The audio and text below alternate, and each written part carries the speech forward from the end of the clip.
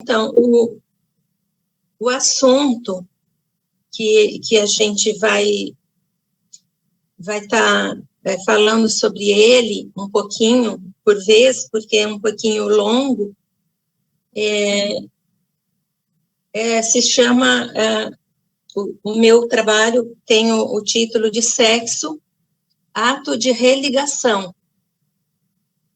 É um assunto bem interessante, muita gente gosta de ouvir, de estar aprendendo mais sobre esse assunto, né? Então, eu não sei se dá para vocês verem aqui, deixa eu ver, não, acho que não dá para ver, né? Está no meu computador, na tela. Sexo, ato de religação. Então, quem tem religião faz sexo. Quem tem o sexo como um ato religioso faz amor. Essa é a primeira capa de abertura, né, que eu coloco.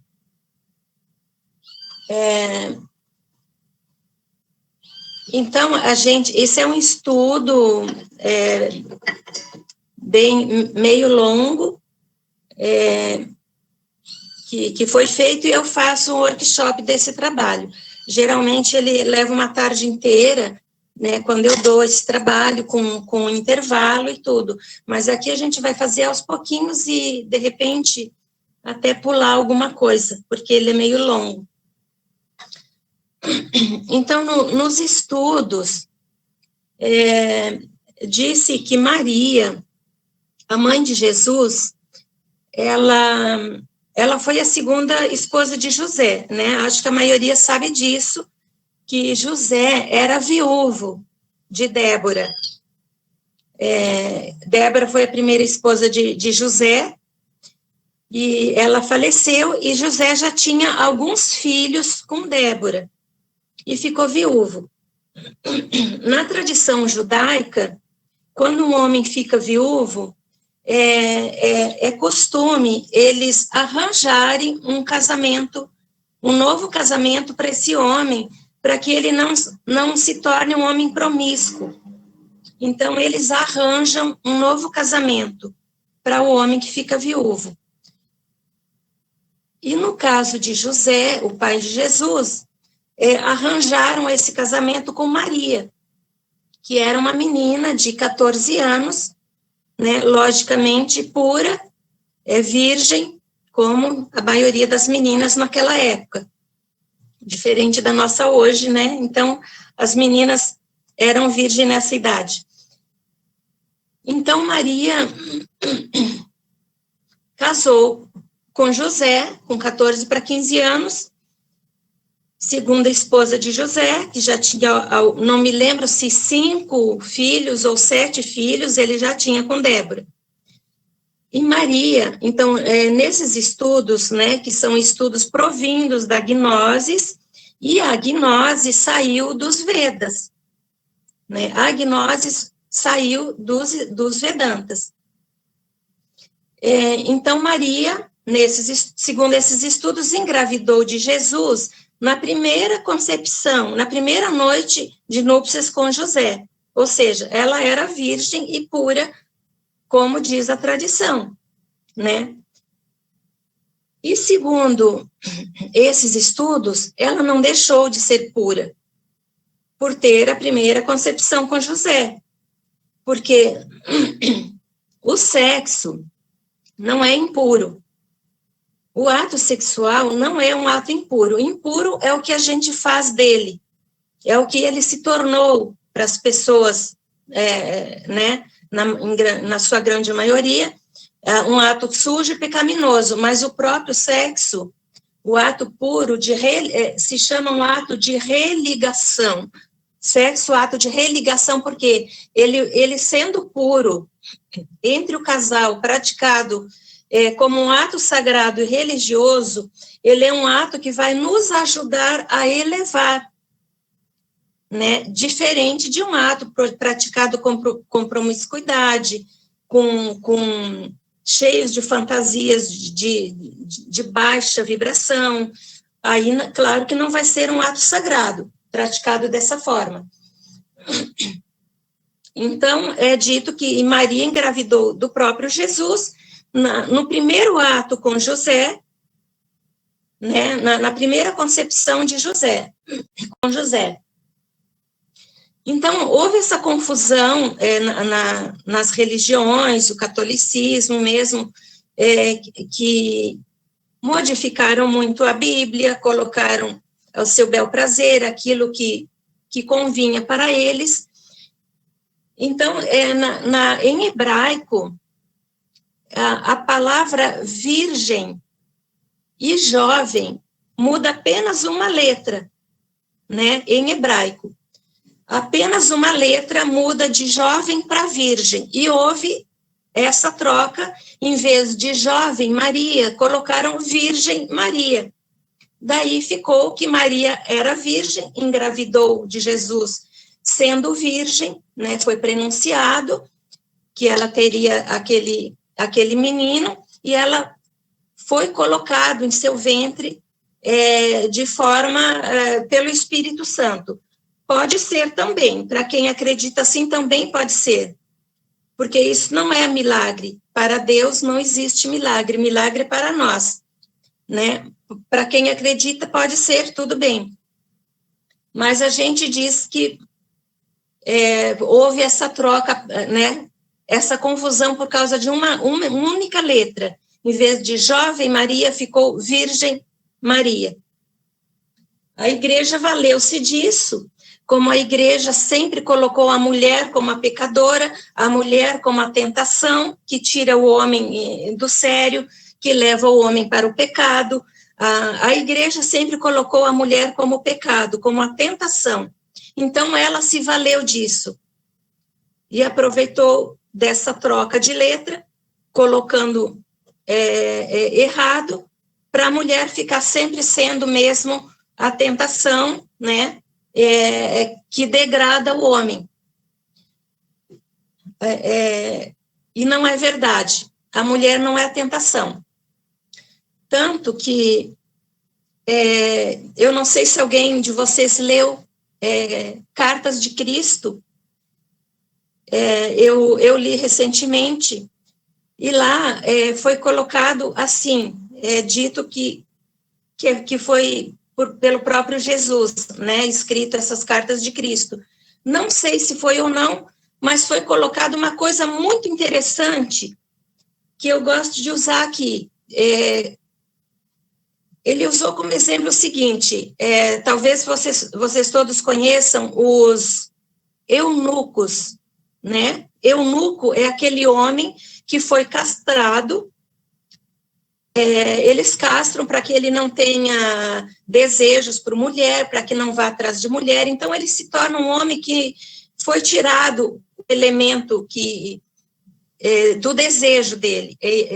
Quando castra, é retirado os testículos, não é produzido hormônios, e então o homem não tem desejo, ele se torna uma pessoa assexuada e um serviçal, né, nos castelos, aquele serviçal que não tinha perigo dele atacar nenhuma mulher do castelo, porque ele se tornava um homem assexuado.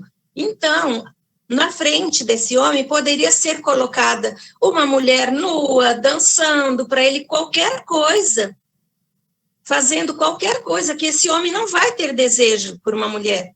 Essa mulher não vai representar um perigo de fazer esse homem cair, de fazer esse homem sair do caminho de Deus, porque ele não tem o elemento que provoca a tentação dentro dele. Então, fica provado aí que a mulher não é a tentação. Retirando o elemento de tentação de dentro do homem, mulher nenhuma representa tentação. Vocês entenderam? Então, foi colocado isso como exemplo de que a mulher não é a tentação, que a tentação mora dentro do homem. Mas, claro, é que está dentro dos dois, né? Mas isso foi só um exemplo para a gente ver que mulher nenhuma representa tentação se o homem não estiver dentro dele com a tentação. Então, o sexo era um ato tão sagrado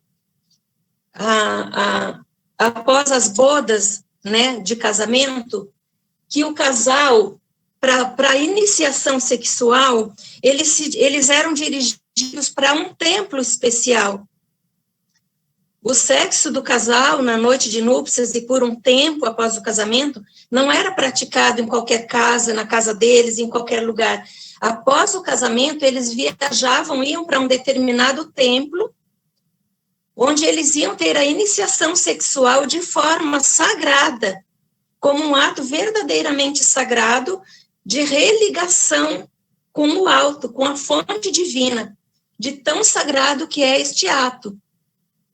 Né? E ainda eles tinham a supervisão de um mestre para que não fosse perdida a energia sexual da nossa Kundalini, que chamamos Divina Mãe Devi Kundalini, individual, cada um tem a sua mãe divina, que é a sua Kundalini individual.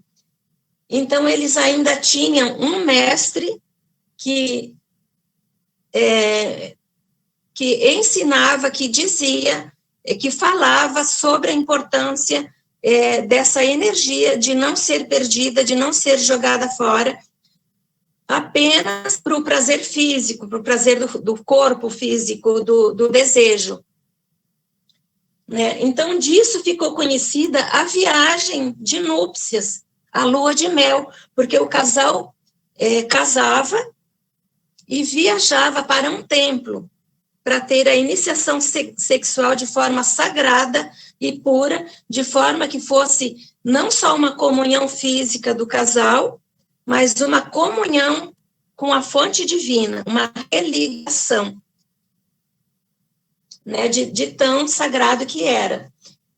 Aqui a gente tem, assim, referências, né, de livros, de estudos, então a gente tem algumas, mas não vamos ficar mostrando tudo, porque fica meio complicado por aqui.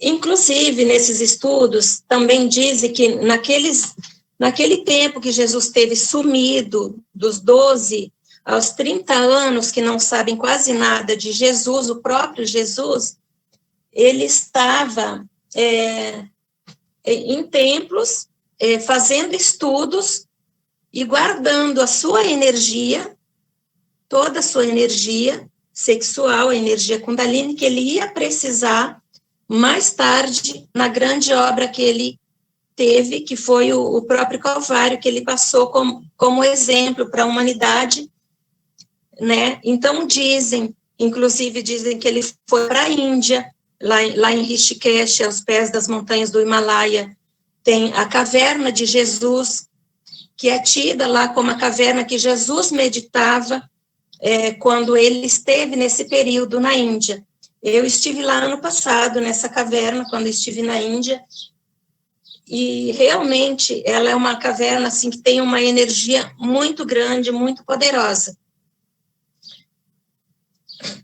Eu não sei até quando eu vou falar, não sei se tu está cuidando do tempo, ou enquanto tiver pessoas assistindo, né, porque as pessoas têm que sair, aí tu me dá um aviso. Tá, Dilza? Tá. Então, pessoal, a gente tem alguns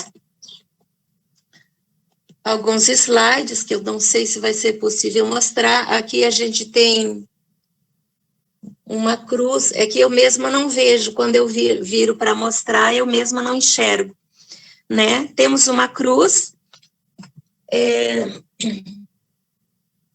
porque fala assim, a gente mostra assim, eu vou tentar mostrar aqui para vocês. A cruz, a própria cruz, né, que usam a cruz, o crucifixo de Jesus, é assim, eu vou fazer aqui com 2 canetas. A linha vertical da cruz é o masculino. Se chama o caminho, essa linha vertical, né, da cruz. É o caminho. O masculino, que também representa o falo masculino, o caminho de retorno ao Pai, né? Por isso é vertical, é subida. E a linha horizontal da cruz é a vida, o feminino.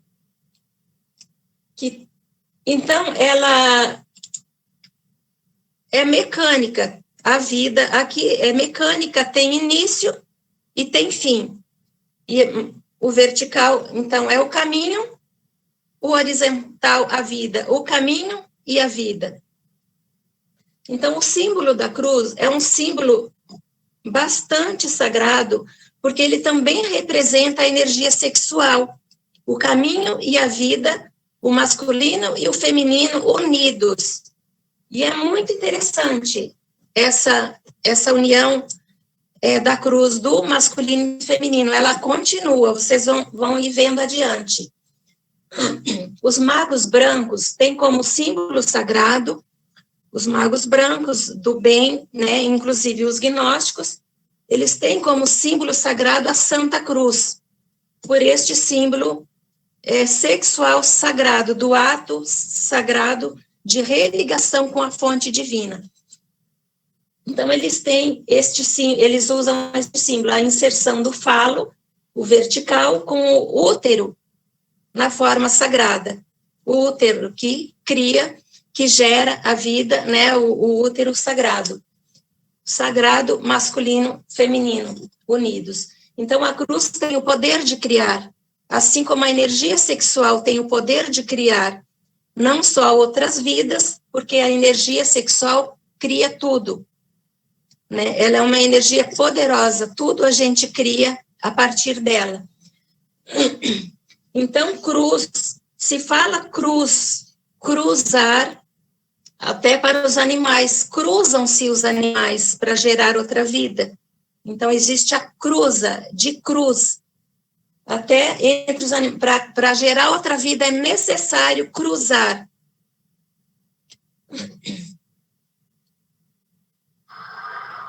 A cruz é, portanto, o cruzamento da energia Kundalini, masculino e feminino, do homem e da mulher, nem embaixo e nem em outra altura. O que é a cruz? É o cruzamento, não é aqui embaixo. Veja que a nossa energia Kundalini, o nosso chakra Kundalini, ele está aqui embaixo, no meio de nós, né? Aqui embaixo, nos nossos quadris, mais ou menos. É a metade do nosso corpo para cima, a outra metade do nosso corpo para baixo. Está localizado, né, no nosso meio. Mas onde que a cruz é cruzada? Onde cruza a linha da cruz no masculino e feminino? Na altura do coração, a cruz está cruzada, né? Ela não está cruzada aqui embaixo, como fica a nossa Kundalini, aqui embaixo, no meio do nosso corpo. Ela está cruzada na altura do coração. Por quê? Porque quando nós elevarmos essa energia a um nível, unir essa energia, unir o desejo sexual, que sempre vai existir, enquanto existir vida, vai existir o desejo sexual. O dia que não existir mais é porque morremos, porque ela está em constante movimento. Então, é impossível eliminar o desejo, como impuseram algumas religiões, em que o padre não casa, o pastor não pode casar. É impossível. Essa energia, ela está sempre no movimento. Então, o que a gente tem que fazer? Unir o desejo sexual com anelo espiritual de crescimento, de religação com a fonte divina. Então, quando em casal faz esse trabalho, que é muito raro os dois estarem nesse trabalho, aceitar e querer fazer esse trabalho, é muito difícil. Entre os casais gnósticos é feito, porque eles conhecem isso, eles estudam isso, eles trabalham a energia sexual, a elevação, mas é muito raro. Então, há exercícios para quem é solteiro, não tem o parceiro, há exercícios de respiração para elevar essa energia. Quando o desejo surge, trabalhar essa energia para que ela venha crescendo, ela vem subindo pelo canal da nossa coluna, ela vem assim, é como se fosse uma serpente, os canais Ida e Pingala que temos, né, fazemos nas narinas, esquerdo e direito é feminino e masculino, os canais por onde a energia sobe. Então, existe exercícios para ela subir para os solteiros. E o casal, que também pode fazer os exercícios do solteiro, quando está sozinho, ou exercício em casal com o próprio ato sexual. Então, a cruz, portanto, é essa energia que já subiu, saiu dos níveis mais baixos, onde é usada apenas para o prazer físico, sem sentimento nenhum, qualquer pessoa serve, vai para balada, qualquer pessoa serve. Isso aí é um uso, um modo de utilizar a energia totalmente em baixa vibração. Ela não tem nenhum intuito elevado, né? A pessoa está apenas desgastando a sua energia sagrada sexual. Ela está apenas jogando fora. Quando ela está sendo trabalhada, elevando, ela sobe e ela está cruzada na altura do coração, quando essa energia foi transformada em amor. Então, em encontros casuais de puro interesse no prazer físico, não acontece o fusionamento das almas. E toda a energia se perde ali mesmo, nos órgãos genitais, no momento do espasmo, e não acontece nenhuma cura do ser, nenhuma cura do corpo físico, nenhuma cura de nada, porque a energia já se perdeu no próprio ato. Então, desta forma, não há como a energia subir, ela permanece a serpente enroscada aqui embaixo, na base.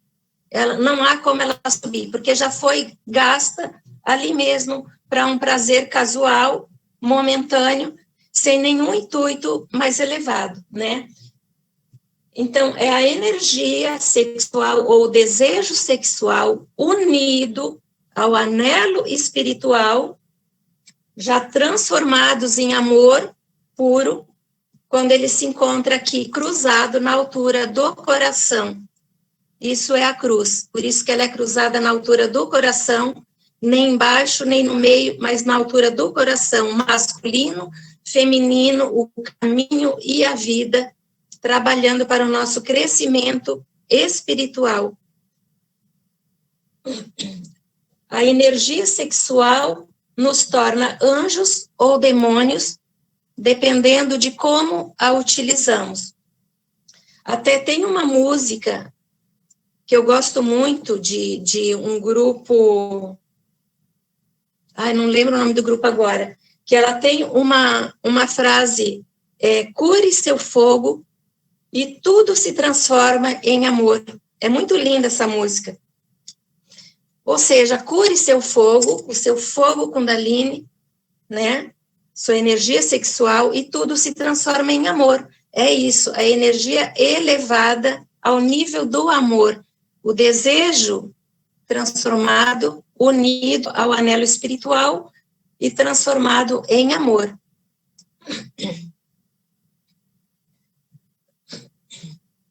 Então, o filho do homem nasce da água e do fogo, o filho do homem. A água é o sêmen, né, do homem, que ele vai lançar dentro da mulher. O fogo é o Espírito Santo que dá vida a tudo. Então, o fogo do casal, quando está aceso, disse que é o próprio Espírito Santo. Só o Espírito Santo pode dar vida, só o Espírito Santo pode dar um sopro de vida, gerar uma nova vida. Então, o fogo do casal aceso, né, o casal que se ama, que está ali por amor, e não só pelo interesse físico, Este fogo do casal é o próprio Espírito Santo, que vai dar vida, não só uma outra vida que eles vão gerar, né, e trazer uma nova alma para nascer a partir dali, como o próprio espírito desse casal, né, vai se elevar, vai crescer imensamente o casal que faz esse trabalho. Então, é a água e o fogo, o sêmen e o fogo do Espírito Santo do casal, o fogo aceso. O sêmen é o astral líquido do homem, o sêmen é a semente do homem. Toda árvore, toda planta tem uma semente, deixa a semente para a sua continuação. O sêmen é luz astral, é energia pura, é a semente do homem. Então a gente pergunta, com a promiscuidade, né, principalmente hoje em dia, aonde que o homem está plantando a sua semente? Grande parte das mulheres também não tem o cuidado com a sua energia sexual, também se promiscuíram, né? Buscou-se muito a igualdade, mas muitas vezes a gente buscou se igualar por baixo, então ficou ruim para a nossa energia. Então, onde o homem está jogando a sua semente, em que terras ele está jogando a sua semente, terras impuras também, então a gente vê, né, todas as coisas que a gente vê no nosso planeta, hoje em dia. O ato sexual é a real consubstanciação do amor, o ato sexual. No tremendo realismo de nossa natureza psicobiofísica. Quando um homem e uma mulher se unem sexualmente, algo se cria, alguma coisa vai se criar. Nesses instantes de suprema adoração, está se falando do casal que se ama, ele e ela são realmente um só ser andrógeno, com poderes para criar como deuses. O casal, neste momento, eles são verdadeiros deuses elevados. O casal que se ama, que está ali por amor, e não só pelo ato físico em si, né? Então, eles podem criar como deuses neste momento, elevando a sua energia, unindo o desejo ao anelo, à intenção espiritual, eles podem criar qualquer coisa. Eles podem direcionar essa energia para curar a si mesmo que quiserem curar, para curar outrem que eles desejem curar, para criar o seu caminho de religação com o Pai, de volta ao nosso Deus Pai Mãe. É um ato muito poderoso. As pessoas não fazem noção do poder do ato sexual quando elevado. Os grandes clarividentes podem ver, neste momento, o casal sexual envolto em esplendores terrivelmente divino. Esse terrivelmente divino é uma linguagem bastante usada por um dos mestres da gnose. Ele coloca dessa forma, né, terrivelmente divino. Então, à medida que o ato sexual se prolonga, que é aquele ato com amor, de adoração um ao outro, se prolonga. Não é aquele lá que chega, né, pegou na balada, vai ali, está 5 minutos, porque não tem interesse pelo outro mesmo. O outro está sendo apenas um copo descartável. Não há interesse em prolongar esse prenúncio do ato, né? Então, à medida que o ato sexual se prolonga, conforme aumenta as carícias do casal, em delicioso êxtase adorável, sente-se uma voluptuosidade espiritual encantadora. Então, estamos nos carregando de eletricidade e magnetismo universal neste momento. Terríveis forças cósmicas acumulam-se no fundo da alma, cintilam os chakras do corpo astral. Terríveis forças cósmicas acumulam-se no fundo estou repetindo. As forças misteriosas da grande mãe, da mãe cósmica, circulam por todos os canais do nosso organismo. O beijo ardente, as carícias íntimas, né? Que, claro, isso não acontece com casal casual, tem que ser um casal íntimo, ligados pelo amor, transformam-se em notas milagrosas que ressoam comovedoras na aura do universo. É um casal de deuses, né, que está ali naquele momento. Agitam-se a serpente de fogo do casal, avivam-se os fogos do coração e cintilam, cheios de majestade, na fronte dos seres unidos sexualmente, os raios terríveis do Pai, Deus Pai Mãe. Esse se encontra no livro O Matrimônio Perfeito, que é uma das Bíblias gnósticas, né, que é usada. Então, o ponto nevrálgico da grande batalha é o sexo. O ponto nevrálgico, já mudei de slide. O sexo pelo sexo está longe de proporcionar o verdadeiro prazer, que é o êxtase ou samadhi, né? O samadhi. O verdadeiro ato de religação, ele promove o êxtase ou samadhi, porque ele vai além do corpo físico, ele extrapola, é um prazer tão imenso quando o casal faz esse trabalho da subida da energia pela coluna, trazendo ao frontal, e daqui enviando para a cura de qualquer ser ou dela própria, do casal, ou daqui trazendo ao coração, transformando em amor. É tão grande, esse prazer espiritual, vamos colocar assim, ele é tão grande que ele pode levar a pessoa a sair do corpo, no momento, a ter uma saída do corpo físico e ter o êxtase ou samadhi, porque o corpo físico não suporta esse prazer. Quando o ato é feito dessa forma, o corpo físico não suporta esse prazer, porque ele é muito maior do que esse prazerzinho de alguns segundos que as pessoas têm num ato puramente físico, biológico. Ele é muito grande.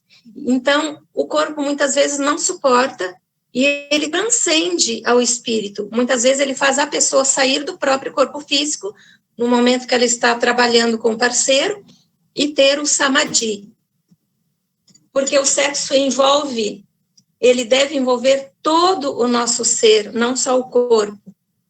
Todos os males deste mundo advêm do sexo. Então, esses estudos, eles colocam assim, todos os males que a gente vê no nosso mundo, eles vêm do sexo. A gente vai explicar por quê.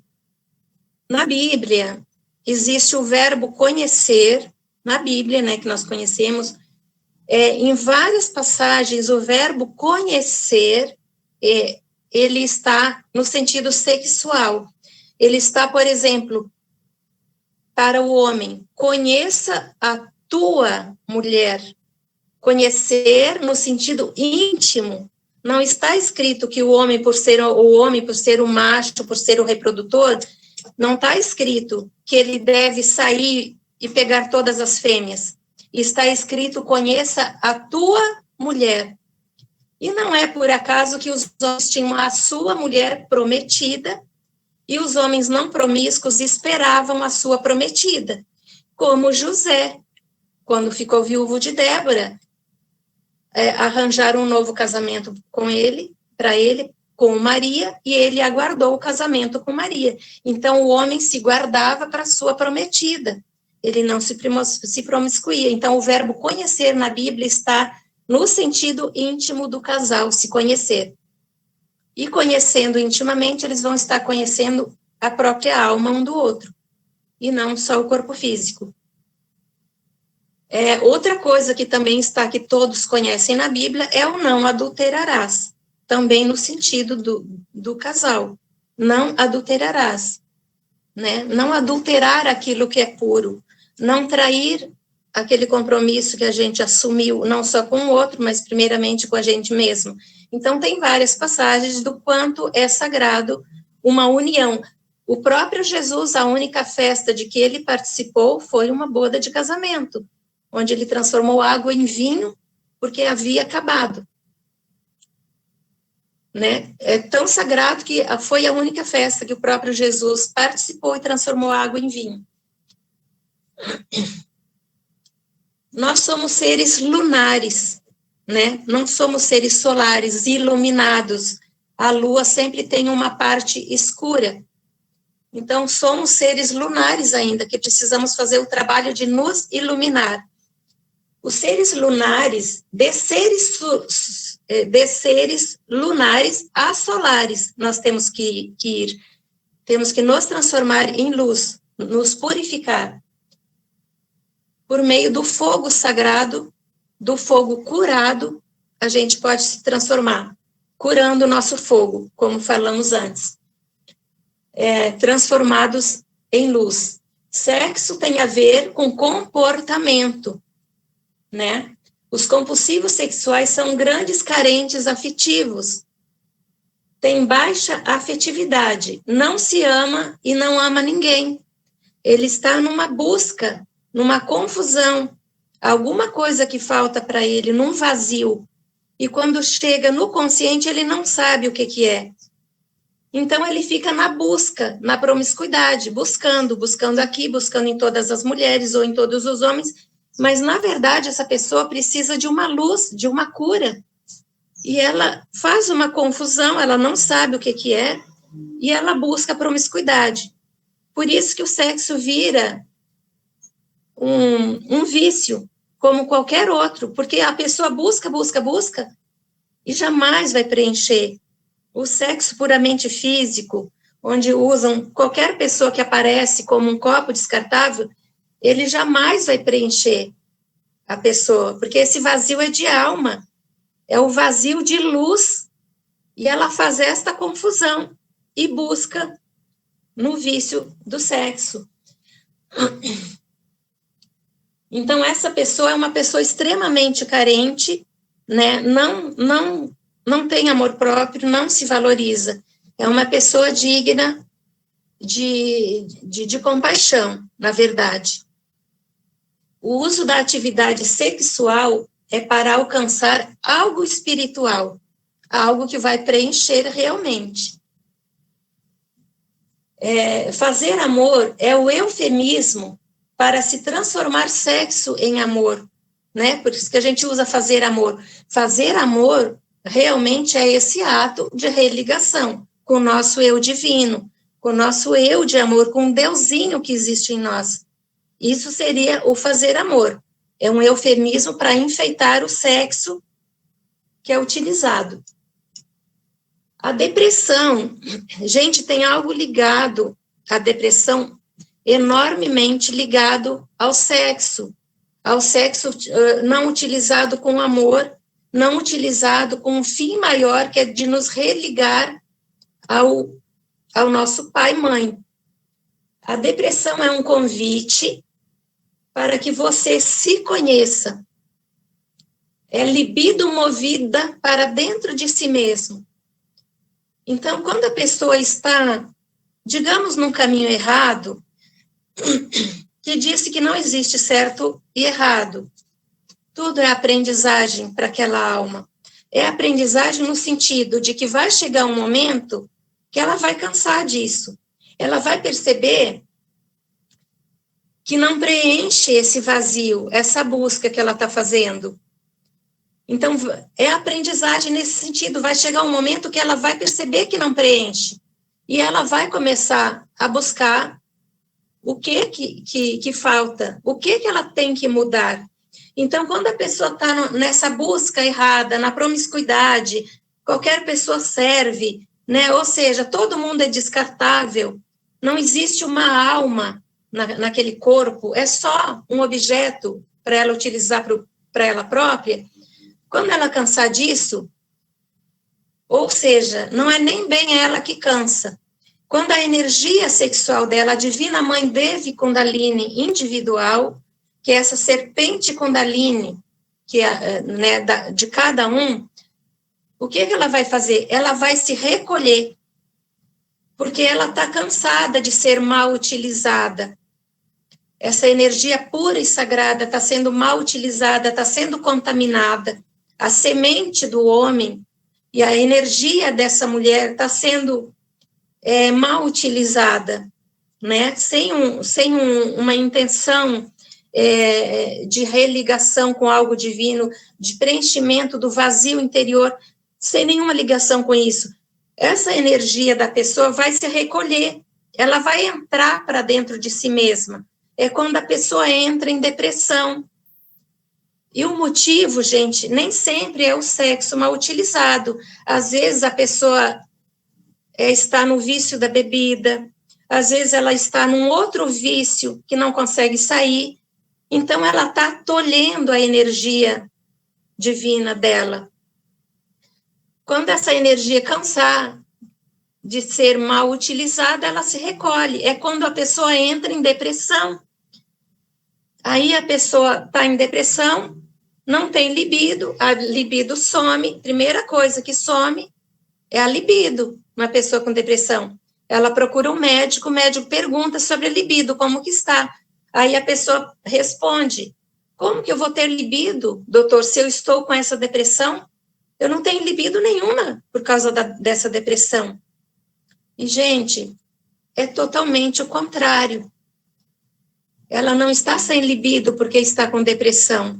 Ela está com depressão porque a libido dela abandonou. A energia sexual dela não aguentava mais o mau uso e se recolheu, abandonou essa pessoa, se recolheu, foi para dentro, se fechou, para obrigar esta pessoa a mergulhar dentro de si própria e rever o que ela está fazendo de errado com ela própria.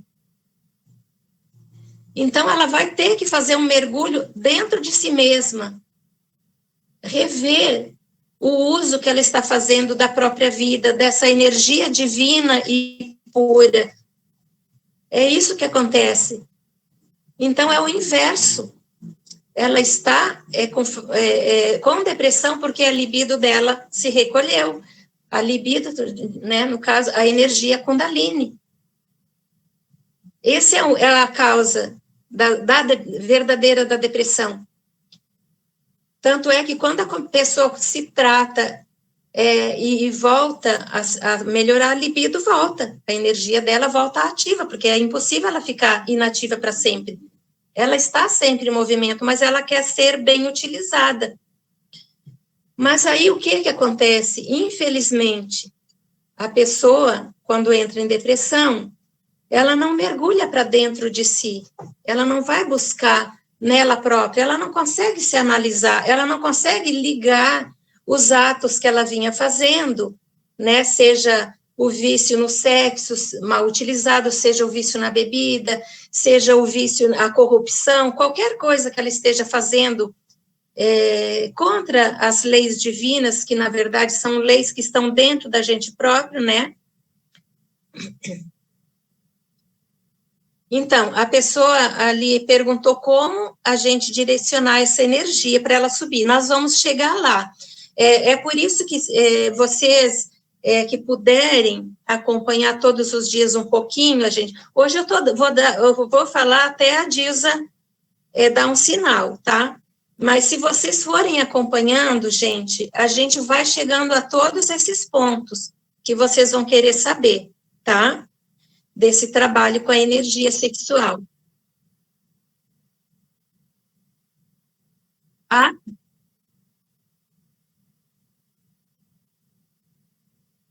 Sim, sim, aham,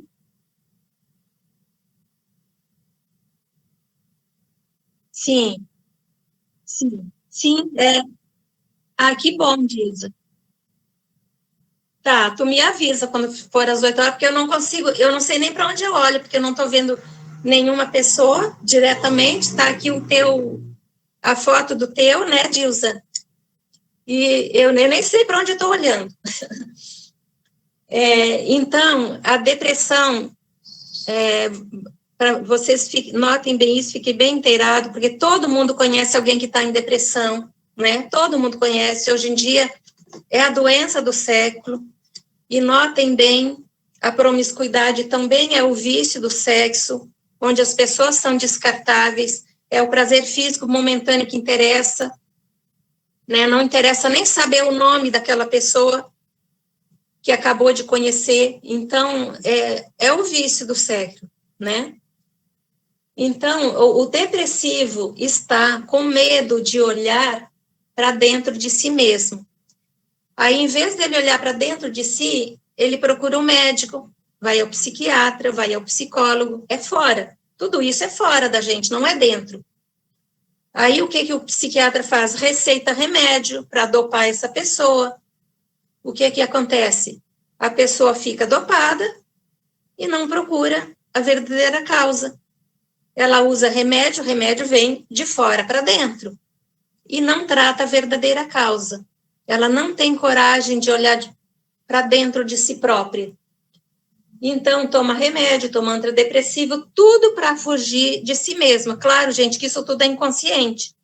As pessoas não sabem disso, né? Então, ela faz tudo para fugir daquela depressão horrorosa, que a pessoa não tem vontade de viver, ela não tem libido de vida. A libido dela foi embora, abandonou ela. Como que ela vai ter libido de vida? Então, o depressivo quer se suicidar. É muito sério isso, gente, muito sério.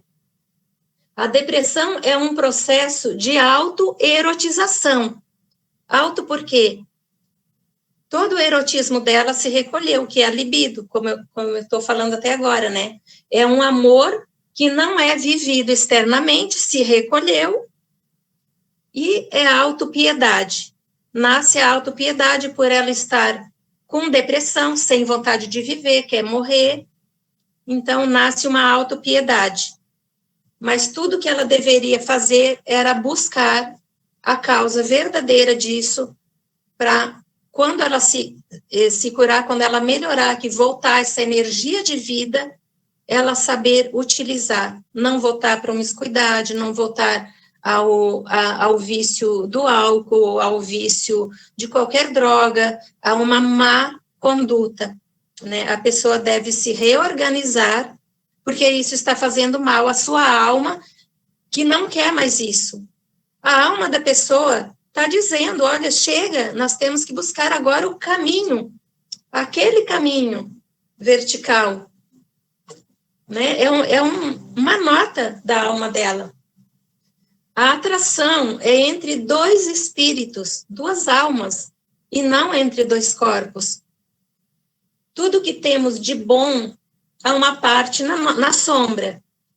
Uma mulher realizadora, muito criativa, determinada, a sua sombra é intolerância e desconfiança.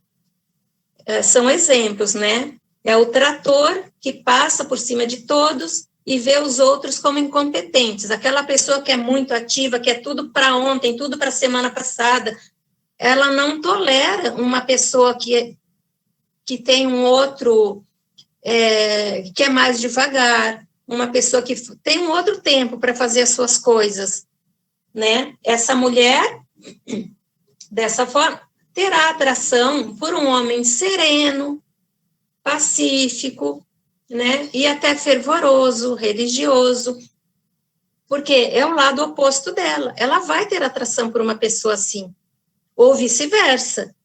O homem assim também vai atrair aquela mulher tranquila, fervorosa, calma, que produz as coisas. Eles vão se atrair, assim. Tudo bem, vão se atrair, não quer dizer que vai dar certo, né? Porque em qualquer relação, né, vai acontecer isso. Então, os dois se casam pelo luminoso que viu no outro. Pô, ele inconsciente, né, pessoal? Tudo inconsciente, a pessoa não está racionalizando tudo isso.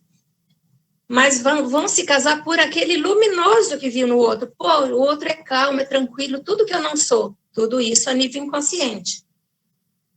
Então, ela está, na verdade, é o lado sombrio dessa pessoa que está no outro, né? Que está aparecendo no outro. Mais tarde, a relação já não está aquelas coisas, já acordou da paixão, que deixa a pessoa meio cega, não, ela só enxergou o luminoso, né? Mais tarde, então, o que vai acontecer com aquele sereno, tranquilo, que faz as coisas devagar? vai virar o pamonha, aquele lerdo, ou aquela lerda. Quando ele começar a enxergar, acordar, ele vai ver o seu lado escuro no outro também. O pamonha, o lerdo, né? Ele que buscou essa mulher ativa, irá passar a chamá-la de intolerante, de crítica, é o lado sombrio dele vindo à tona. Né? A psicologia explica bastante isso, a projeção, a gente projeta no outro que está dentro da gente, ou aquilo que a gente já teve e superou, mas já teve, então a gente está enxergando no outro.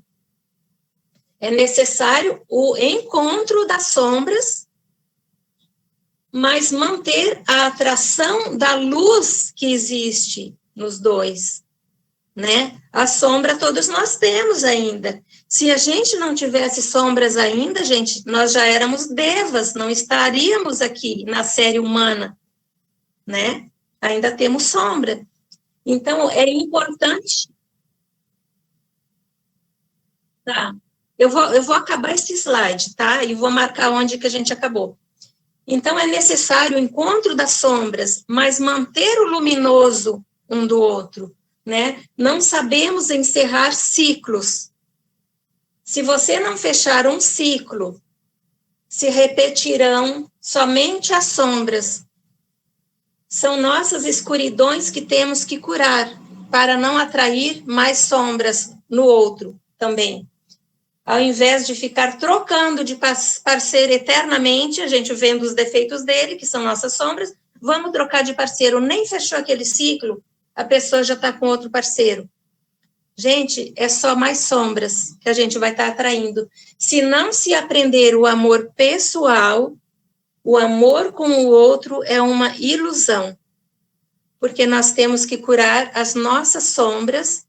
E se a gente está com um parceiro, saber curar as nossas sombras que estamos vendo no outro e valorizar o luminoso que está no outro, que o outro tem, que todos nós temos, o luminoso e as sombras.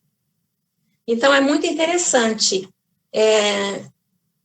tudo isso. Acabei, então, esse slide, e aí fica para a próxima. Nem sei quantos passou, mas depois eu vou olhar.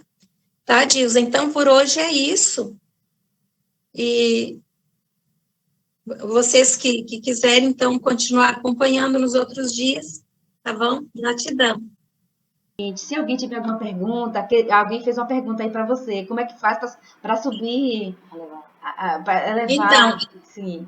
Eu peço para a pessoa ir guardando as perguntas, vai fazendo assim um papel, Sim. Porque essas perguntas vão sendo respondidas. Sim. À medida que a gente vai passando. Então, ela mesma vai poder responder ali. E se ela não conseguir chegar e quiserem me perguntar alguma coisa, ou mais esclarecimento, pode até me perguntar no privado. Certo. Né? Porque aqui nós não vamos ter tanto tempo para esclarecer. Mas a pessoa fazendo isso, uma listinha com suas perguntas, vai chegando nas respostas. Se não chegar, ou se ela não ficar esclarecida totalmente, pode fazer a pergunta direta. Então, também gostei porque eram os meus questionamentos a respeito dessa coisa perversa, né, em torno do sexo que se cria e se esconde, essa alegoria toda em torno de Jesus, de Maria, né, da mudança, de uma coisa que a gente nasce, então nós seríamos os pecadores e as pessoas vieram de outro ato, entendeu? E assim, a sua explicação foi maravilhosa, Exatamente, eu sempre falo uma coisa assim, ó.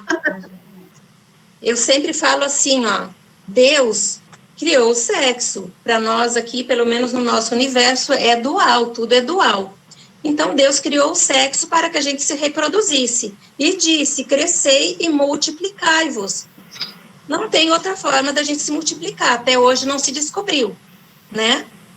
Então, se Deus criou o sexo para nós, aqui na dualidade, mandou a gente se multiplicar, e depois, se você faz sexo, ele diz que é pecado, então Deus é louco. Ele mesmo se contradiz. Não seria? Mas o sexo não é pecado, o sexo é algo sagrado, é um ato sagrado que a gente fazendo da forma sagrada, é um ato religioso, é o verdadeiro ato religioso, que essa energia subindo, só ela, se a gente fizesse o trabalho de subida dessa energia, só ela nos eleva ao Pai. Gente, eu amo esse assunto, eu adoro esse assunto, eu creio nele, eu pratico essa forma de subida que a gente vai chegar nesse momento da respiração. Por isso que eu falo com naturalidade. Não existe nada antinatural nisso. É totalmente natural. Deus não é louco. Ele não criou uma coisa errada e mandou você fazer para depois dizer que você está pecando. O pecado, gente, está na má utilização dessa energia sagrada. É aí que está o pecado, na má utilização. Somente. Eu ia falar isso, Eva. O pecado é a forma que é conduzida e na má utilização. Eu creio, pelo menos, né? Exatamente, é como a gasolina. A gasolina é uma energia maravilhosa. Tu pode colocar a gasolina no teu carro para salvar uma pessoa, levar ela para o socorro. Mas tu também pode colocar fogo na pessoa com essa gasolina. A mesma coisa é a energia sexual. Tu pode utilizá-la para o bem ou para o mal. Porque ela utilizada mal, essa promiscuidade desenfreada em que o outro é visto como um copo descartável e não como uma alma que está ali crescendo, ela degrada o homem. Em vez dela subir do nosso meio para cima, ela vai começar a descer do nosso meio para baixo. E nós vamos chegar nesse ponto. Ninguém me aqui nada. Nem para dizer se eu nesse workshop. Tá? Entendeu? É o sexo consciente. Gratidão, gente. Já passou o tempo que a Dilza deu. Depois eu É maravilhoso. Eu acho que as pessoas precisam ter acesso a essa gravação. E, como a Eva falou, é um conhecimento gradativo. Por isso que as perguntas, não adianta ela vir agora aqui e responder, porque o curso dela é extenso, né? Então, com certeza, lá na frente ela vai falar sobre isso aí.